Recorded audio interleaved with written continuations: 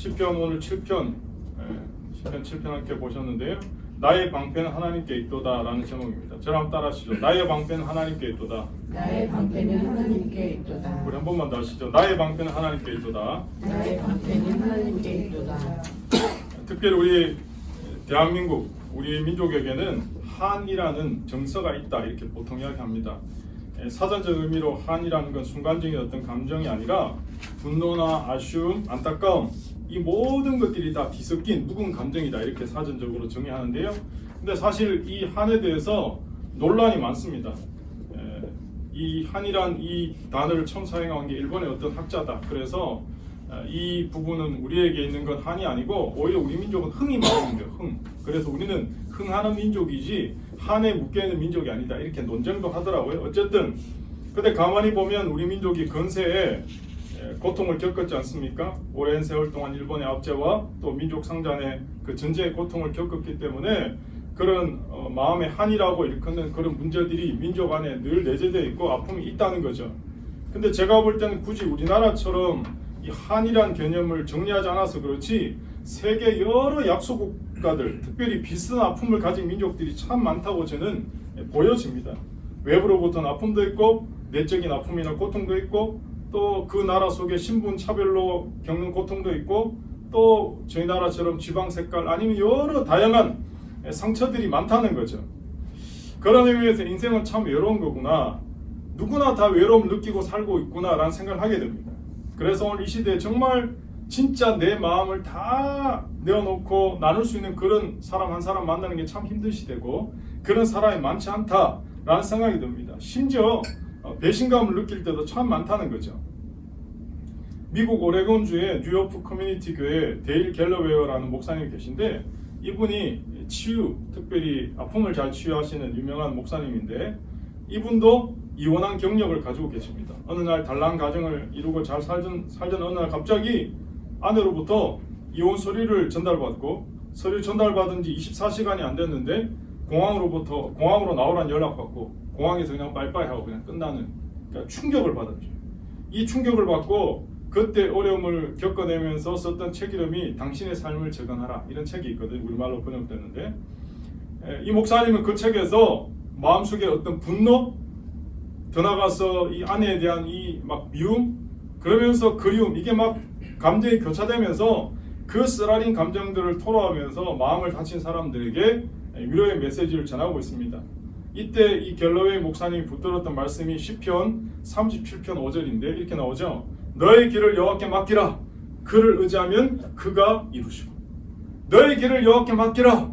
그래야면 하나님이 너를 모든 것을 다 붙드시고 하나님께서 역사하신다. 그런 말씀이죠. 그는 이 말씀을 통해 모든 것을 받아들여야 된다. 그런 것과 받아들인 게 뭐지? 라고 네 가지로 정의를 내렸습니다. 첫 번째, 받아들인다는 것은 피할 수 없는 일들과의 싸움을 그만둔다는 거죠. 내가 받아들이게 되면 피할 수 없는 싸움이 이제 중단된다는 거죠. 이미 아내는 떠나가 버렸죠. 이혼은 이미 일어나 버렸죠. 피할 수 없는 상황이잖아요. 근데 그 문제와 계속 싸울 수 없는 겁니다. 두 번째, 받아들인다는 것은 수많은 상처를 멈추게 할 수 있다는 거죠. 그는 받아들이는 그 순간부터 마음의 치유가 시작된다라고 말합니다. 받아들이지 않으면 계속 내적으로 골마 터질 수밖에 없다는 거죠. 세 번째, 받아들인다는 것은 변화시킬 수 없는 것들에 대해서 더 이상 걱정하지 않는다는 거죠. 이미 벌어진 일이고 변화시킬 수 없는 일이라면 자꾸 생각하거나 이야기할 필요 없다는 거죠. 이미 지나간 건 지나간 거니까. 그래서 받아들여야 된다는 거죠. 마지막 네 번째, 받아들인다는 것은 하나님께 맡길 때 찾아오는 내적인 평안이라는 거죠. 이 목사님이 놀라운 사실을 발견합니다. 현실적으로 일어난 일은 너무 아프고 괴롭고 힘든데 하나님께 전부 맡기고 나니까 하나님이 하나씩 치유해 가시면서 새로운 길을 열어주시는 체험을 했다는 것입니다. 우리가 이 땅을 살아가면서 아픔을 줄이는 방법이 있는데요. 그건 바로 오직 하나님을 의지하고 하나님께 맡기고 살아가는 방법입니다. 여러분, 사람을 의지하면 잠깐 위로될지 몰라도 그 아픔이 완전히 치유되지는 않습니다. 우리가 하나님보다 더 의지하는 것이 바로 우상이지 않습니까? 그래서 우리는 철저히 하나님만 의지할 수 있어야 된다는 거죠. 하나님의 사람 다윗도 마찬가지입니다. 다윗 인생을 보면 정말 그냥 롤러코스터 같은 파란만장한 인생을 살았지만 그럼에도 불구하고 늘 벼랑 끝에 쓰는 용기를 가지고 다윗이 승리할 수 있었던 바로 한 가지는 하나님만 의지했기 때문이라는 거죠. 다윗의 가장 위대한 점을 꼽으라 그러면 하나님을 전심으로 의지하고 살았던 사람이라는 것입니다. 오늘 우리가 함께 보시는 이 시편에 이게 표제 제목들이 있잖아요. 다윗의 시가yon, 베냐민인 구시의 말에 따라 여호와께 드린 노래 이렇게 되어 있습니다. 원래 이 시가요이라는 건 이 노래 부를 때 열정적으로 불러라 이런 정서를 의미하는 그런 용어니까 신경 쓰지 않으셔도 되고 약간 광시곡적인 현대로 말하는 그런 의미고 진짜 제목은 베냐민인 구시의 말에 따라 여호와께 드린 노래라는 거죠. 특별히 오늘 이 시편의 배경은 사무엘상 22장에서 한 26장까지에 나오는 사건과 관련되어 있다. 그렇게 학자들은 이야기합니다. 다윗은 이때가 가장 인생의 험난한 시기, 가장 고통받는 시간, 한순간도 두 다리 뻗고 잠잘 여유가 없는 사울에게 늘 쫓겨다니는 사울의 정예병이 계속 다윗을 이잡듯이 국경 너머까지 계속 쫓아오는 어떤 데는 먹을 게 없어요. 그래서 제사장만이 먹을 수 있는 그 성전에 있는 성소에 있는 진설병까지 얻어먹는 이 당시에 다윗을 숨겨주거나 도와주는 사람은 그냥 다 학살당하는 그런 분위기였거든요. 그러다 보니까 아무도 다윗을 도와줄 수가 없어요. 그러니까 외톨이로 혼자 늘 도망다니니까 위기에 위기죠. 오늘 본문 1절 2절을 보시면 그러한 자신의 모습을 하나님께 이렇게 토라오거든요. 1절에 이렇게 나오잖아요.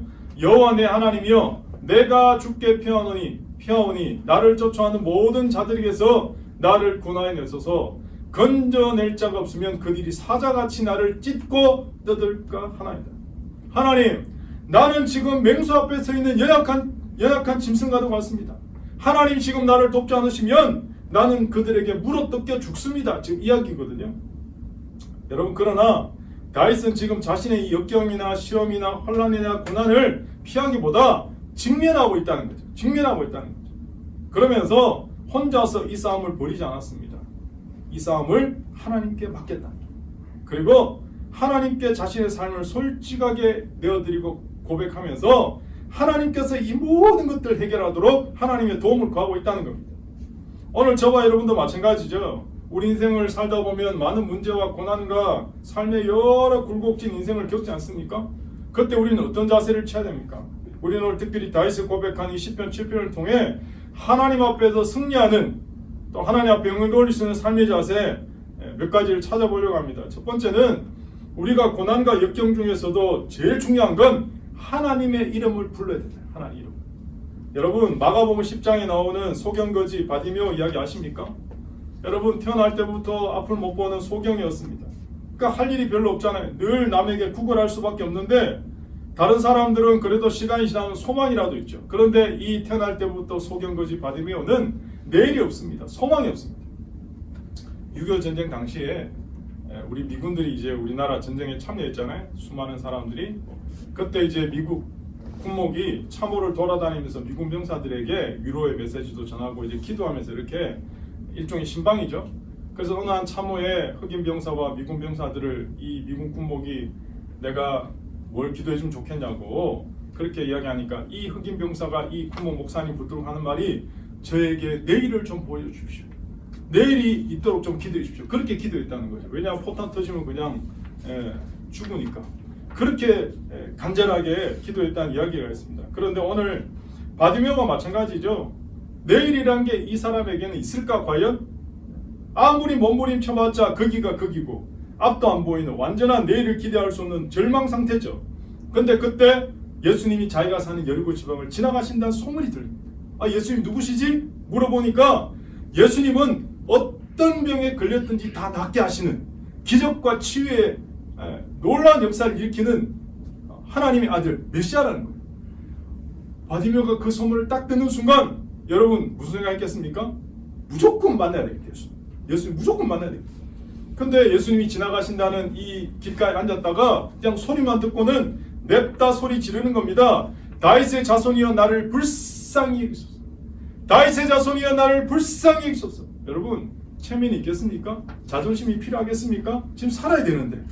결국 바디메오는 예수님께 긍휼의 은혜를 입었죠. 제가 이 시간 한번 질문해 보겠습니다.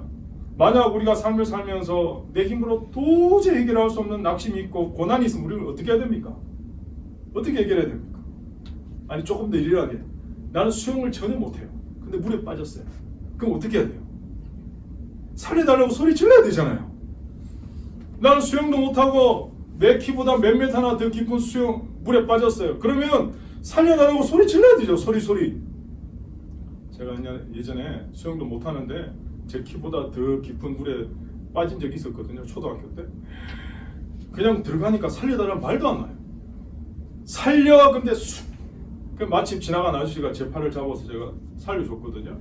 저 그래서 약간 물에 대한 이 트라우마가 늘 있었는데 어쨌든 여러분 이게 보통 일이 아닙니다. 우리가 삶을 살다가 내 힘에 부치는 내 힘으로 해결할 수 없는 사건이나 문제가 닥치면 하나님께 부르시셔야 돼요. 주의 이름 불러야 돼요. 여러분 제가 정의해 드릴게요. 우리는 성도잖아요. 하나님 백성이잖아요.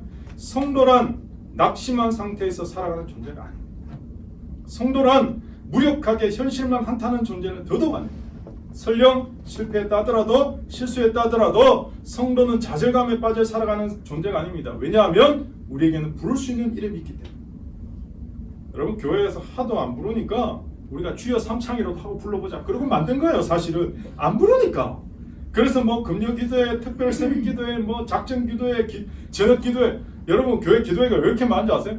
하도 기도를 안 하니까 이렇게라도 좀 부르짖게 만들어 보자 그렇게 하는 거예요. 그러면서 이렇게 이야기하는 거죠. 정말 하나님의 역사가 일어나는지 실험 한번 해보자는 거죠. 그래서 여러분 우리 기독교는 실험의 종교입니다. 실험의 종교. 여러분 진짜 하나님 역사하는지 역사하지 않는지 한번 실험해 보세요. 시험 들게 하지 말라 그랬지만 시험이 아니고 실험해 보는 건 달라요. 밤낮 낙심에 빠져서 왜 사느냐, 이게 인생이냐, 내 인생 이게 뭐냐, 여러분 그게 성도의 자세가 아니라는 거죠. 주님은 우리에게 말씀하십니다. 주의 이름 부르면 은혜 베푸시고 응답하시겠다 약속하셨어요. 오늘 본문의 다윗은 가장 비참한 상태에 있을 때 어떻게 합니까? 하나님 이름 부르잖아요. 여호와여 부르잖아요. 한국의 어떤 교회 신실하신 내과의사 선생님이 자기 짤막한 간증을 글에 썼거든요. 자기가 어느 날 자기 밑에 있는 레지던트 의사와 함께 병원 중환자실 이렇게 회진을 돌고 있는데 자기가 담당한 이 환자가 온몸에 암이 퍼져서 사실 전혀 가망성이 없는 그런 상태였다고 합니다. 그러면 우리나라 같은 경우는 환자에게 금방 당신은 지금 뭐 몇 개월 남았습니다 이렇게 이야기 잘 안 해주잖아요. 나중에 가서 얘기해 주지. 가족들한테는 이야기하지 마. 그런데 자기와 회진 돌던 레지던트 의사가 엄청 실수를 한 거예요. 회진을 다 끝나고 이제 돌아서서 가는데 갑자기 레지던트 의사가 혼자서 중얼거린 거죠. 완전히 끝났구만. 근데 그러니까 뭐라고? 내가 완전히 끝났다고? 그리고 얼굴이 완전 사식이 돼서 소리 막 지르는 겁니다. 그 순간 내과 과장이 아이고 큰 실수가 일어났구나 큰일 났다 싶었지만 몸을 돌려서 그 환자를 붙들고는 이렇게 이야기하는 거죠. 선생님 우리가 의사들이라고 모든 질병을 다 고칠 수 있는 게 아닙니다. 그렇다고 의술적으로 완전히 끝났다고 해서 반드시 절망적인 결과만 오는 것도 아닙니다. 선생님 기적도 일어날 수 있습니다. 우리는 끝났지만 끝이 아니라 다시 시작하게 하시는 다시 시작을 만들어 가시는 분이 있습니다. 그분은 우리가 어려울 때 위로하시고 힘이 들 때 용기와 소망을 주시고 병이 들어있을 때 그 병을 이길 수 있는 힘을 주신답니다. 그때 외환자가 그분 좀 만나게 달라고. 그분이 누굽니까? 그리고는 이분에게 복음을 전했다는 거죠. 그리고는 이분을 위해서 간절히 기도해 주셨다는 간증을 들은 적이 있습니다. 여러분 사도행전 2장 21절을 보시면 누구든지 주의 이름을 부르는 자는 어떻게 해요? 구원을 얻는다 그랬잖아요. 여러분 성도의 특권이 뭔지 아십니까? 오늘 저와 여러분에게 하나님 주신 특권은 위기 가운데 부를 수 있는 이름이 있다는 거예요. 여러분 안 믿는 사람은요 어떡할 신이 없으니까 부를 수 있는 신이 없어요. 그런데 우리는 위기 가운데 주의 이름을 부를 수 있어요. 여러분 주의 이름 부르시길 바랍니다. 지금 다윗은 이미 자기가 과거에 어려웠던 시절 주의 이름으로 승리한 간증이 있잖아요. 키가 3m나 가까이 되는 그 신급의 신과 같은 존재인 골리앗과 1대1로 맞짱 뜰 때 사무엘상 17장 45절을 고백하지 않습니까? 다윗이 블레셋 사람에게 이르되 너는 칼과 창과 단창으로 내게 나오거니와 나는 만군의 여호와 이름 곧 내가 모욕하는 이스라엘 군대의 하나님의 이름으로 가노라. 이게 여호와 체바오트거든요. 여호와 체바오트. 다윗이 골리앗을 이긴 힘은 바로 조그만 돌멩이가 아니고 하나님이 역사하신 손길, 하나님의 힘이었다는 거죠. 하나님의 이름이 있다는 거죠.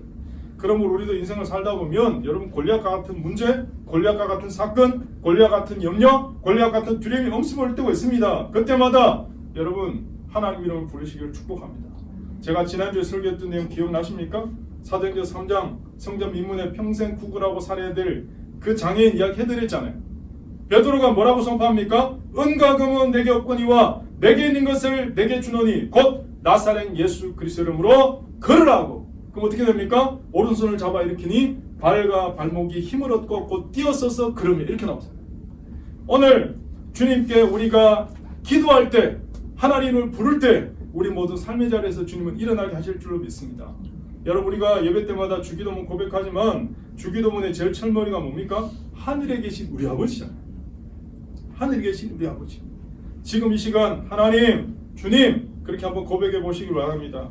오늘 예배 시간에 하나님 앞에 그렇게 고백하는 모든 분들에게 하나님이 응답하실 뿐만 아니라 평안으로 역사하시기를 예수님 이름으로 축복합니다. 두 번째는요. 지금 하나님의 사람 다윗은 어떤 자세를 가지고 있나?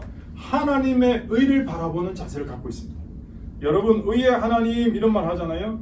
의의 하나님이란 뜻은 다른 말로 말하면 하나님은 심판하시는 하나님이다 이런 뜻. 심판하시는 하나님. 여러분 하나님이 심판하신다라는 이 말이 어떤 사람에게는 위로가 되는 사람이 있고 어떤 사람은 두려움이 생기는 사람이 있어요. 하나님 말씀 앞에 그래도 살려고 하는 성도들은요 하나님이 심판하신다 이 말이 얼마나 위로가 되는지 몰라요. 지금 여러 가지 상황이 있지만 결국 하나님이 다 알고 계신다. 하나님 위로하신다. 반면에 하나님 말씀을 떠난 사람은 하나님이 심판하신다 그러면 두려운 거죠. 우리가 고난 중에도 절망하는 이유가 있다면 이게 끝이야 이제. 나는 이제 끝났구나 생각하기 때문입니다. 그러나 우리 하나님은 반드시 영적인 사필기적 심판하십니다.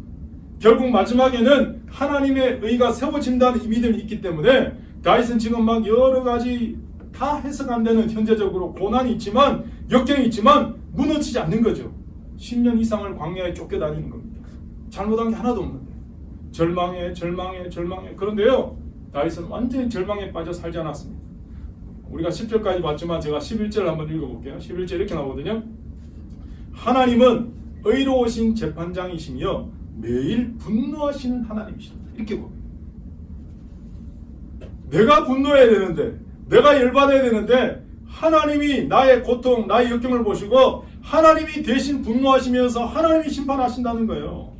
계속되는 12절, 13절에도 보시면 하나님이 지금 심판을 예비하셨다는 걸 생생하게 다윗은 고백하는 겁니다. 사람이 회개하지 아니하면 그가 그의 칼을 가시며 그의 활을 이미 당기어 예비하셨도다. 죽일 도구를 또한 예비하시며 그가 만든 화살은 불화살들이로다. 다윗이요 그렇게 고백합니다. 내가 지금 이렇게 도망자 신세로 쫓기고 있지만 하나님의 나의 억울함을 반드시 풀어주시고 하나님이 결국은 승리하게 하시고 심판하실 것이다. 이런 영적 자신감이 다윗에게 있었다는 거죠. 우리는 하나님 백성으로 이 땅을 살면서 나의 삶을 통해서 하나님 의가 세워지는 하나님 의가 세워지도록 기도하는 마음으로 살아야 됩니다. 더 나아가서 내 인생을 통해 하나님 의가 세워지도록 그 일에 헌신할 줄 알아야 됩니다. 오늘 본문 9절에 보시면 이렇게 나오거든요. 악인의 악을 끊고 의인을 세우소서. 악인의 악을 끊고 의인을 세우소서. 원래 원어적으로는 의인을 세우소서가 아니고 의를 세우소서 이겁니다. 악인의 악을 끊고 하나님 의를 세우소서. 휴버드라는 신학자는요. 의는 도대체 뭐냐?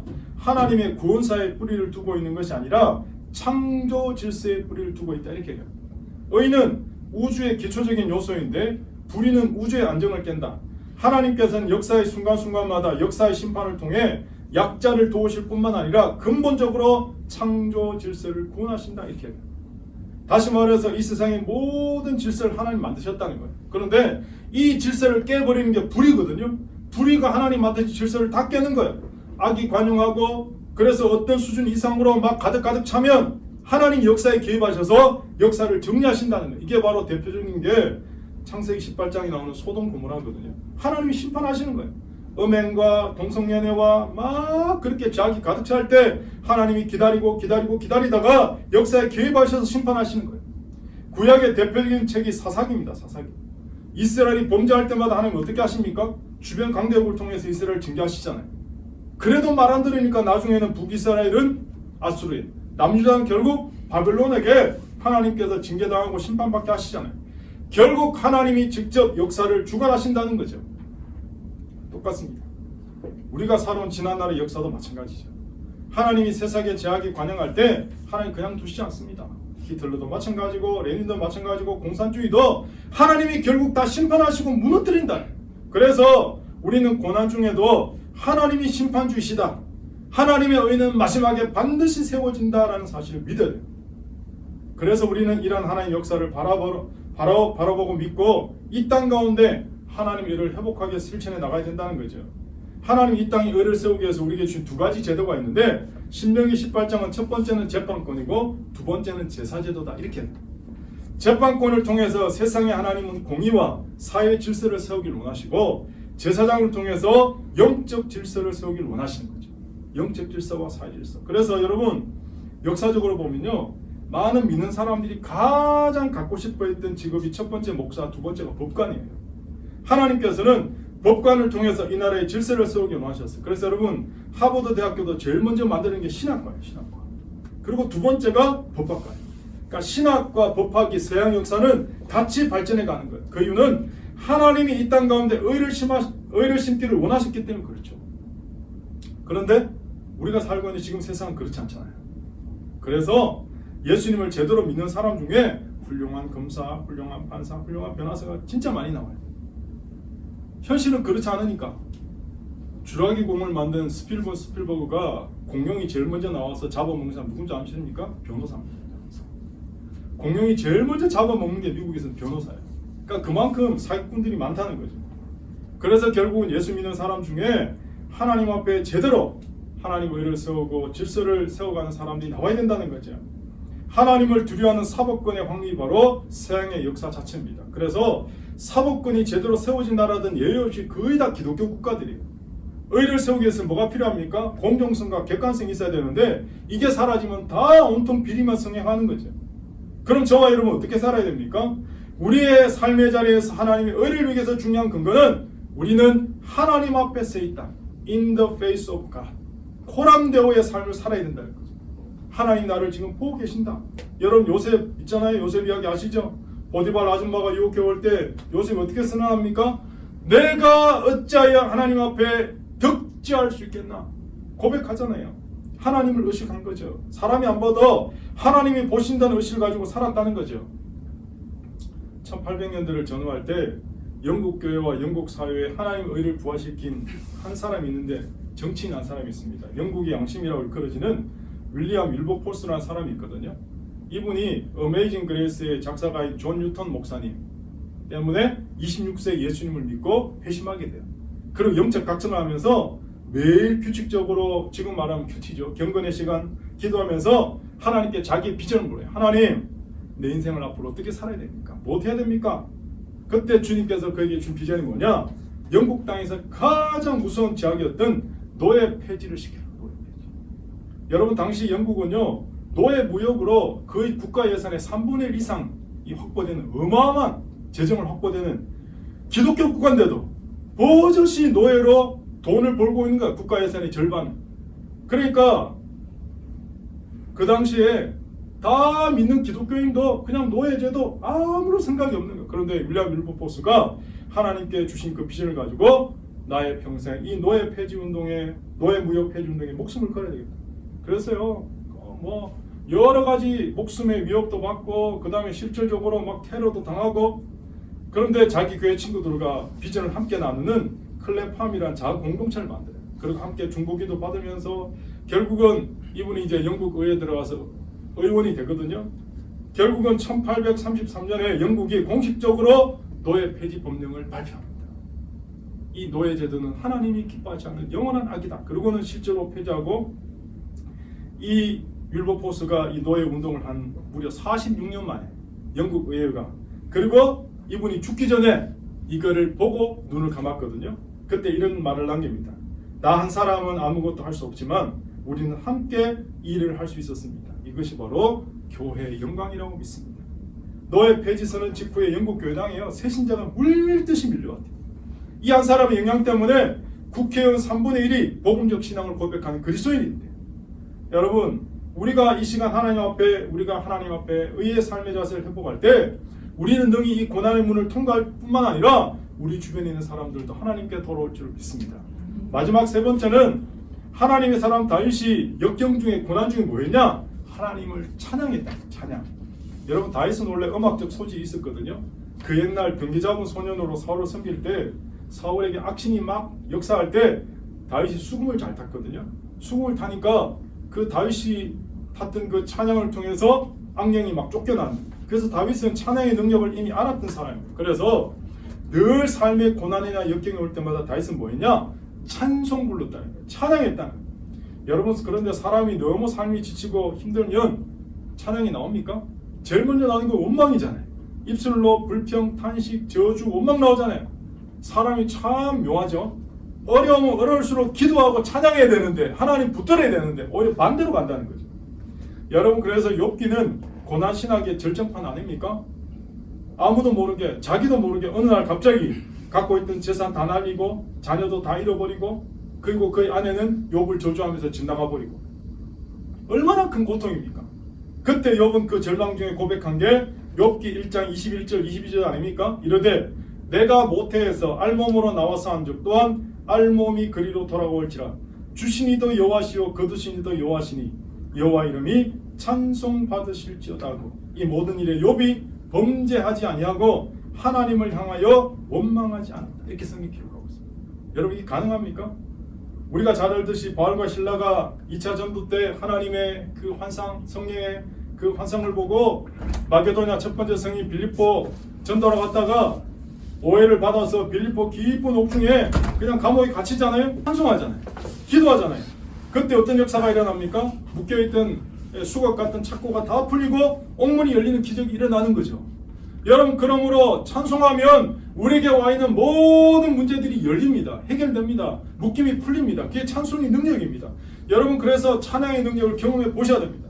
이사야 43장 21절에 이 백성은 내가 날 위하여 지었나니 나의 찬송을 하게 하려 합니다. 그렇게 고백하잖아요. 하나님을 저와 여러분을 창조하신 목적 중에 하나는 하나님을 찬송하도록 만들기 위해서 한 거예요. 오늘 우리가 이 땅에 사는 목적 중에 하나는 하나님을 찬송하며 살아가는 거예요. 우리가 찬송을 불러야 되는데 우리가 찬송을 안 부르니까 하나님이 너무 안타까워하시는 거죠. 야고보서 5장 13절에도 너희 중에 고난당한 자가 있느냐 그는 기도할 것이요 즐거워하는 자가 있느냐 그는 찬송할지냐 이렇게 나옵니다. 여러분 우리 인생이 일이 일비다 그러지 않습니까? 그렇기 때문에 무슨 일을 만나든지 성도가 할 수 있는 건 두 가지라는 거예요. 기도하든지 찬송하든지 평탄하든지 어려움이 있든지 항상 갖고 가는 건 뭐냐? 기도와 찬송이라는 겁니다. 오늘 본문 17절 마지막에 이렇게 나오거든요. 내가 여호와께 그의 의를 따라 감사하며 지존하신 여호와 이름을 어떻게 해요? 찬양하리라. 이렇게 결론이 나와요. 결국 다윗은 그 고난과 역경 중에 마지막 이 모든 삶의 문제를 승리할 수 있던 마지막 최종적인 삶의 비결 원리는 뭐냐? 하나님을 찬양했다. 사랑하는 여러분, 하나님을 찬양하시기를 축복합니다. 조니 에릭슨이라는 미국 여성이 있거든요. 이분이 10대 때 강에서 다이빙을 잘못해서 갑자기 이 전신이 마비가 되어버렸어요. 당시 그리스도인이었지만 10대 때 그런 일을 당했기 때문에 감당할 믿음이 없었잖아요. 날마다 절망하고 날마다 하나님 원망하면서 그러다가 갑자기 기도를 한번 해야 되겠다. 그러다가 하나님 앞에 이렇게 기도합니다. 하나님, 내가 이런 몸인데 하나님께 쓰임받을 수 있겠습니까?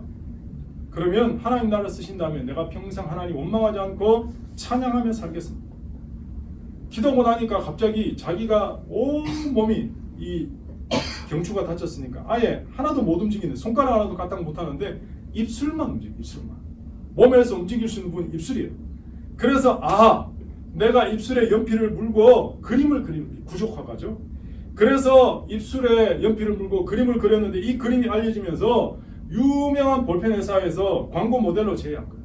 근데 이분이 자기가 나온 모든 광고에 이니셜 PTL을 넣어주면 하겠다.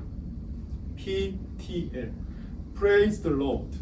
PTL, Praise the Lord. 하나님을 찬양하라. 그래서 그 글자 넣는데 합의하고는 그 광고에 출연했다는 거죠. 그 이후에 이분이 복음 전도자로, 장애를 위한 인권 운동가로 미국 사회에 엄청난 강력한 영향을 끼치는 지도자로 그렇게 살았다는 겁니다.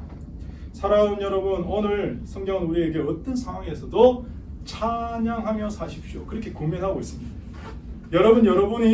여러분만이 고백할 수 있는 찬양이 있습니까? 딱 이 찬양. 난 힘들 때 이 찬양을 할 수 있어요. 나는 언젠가부터 이 찬송 부르면 힘이 나요. 그런 찬양 있습니까?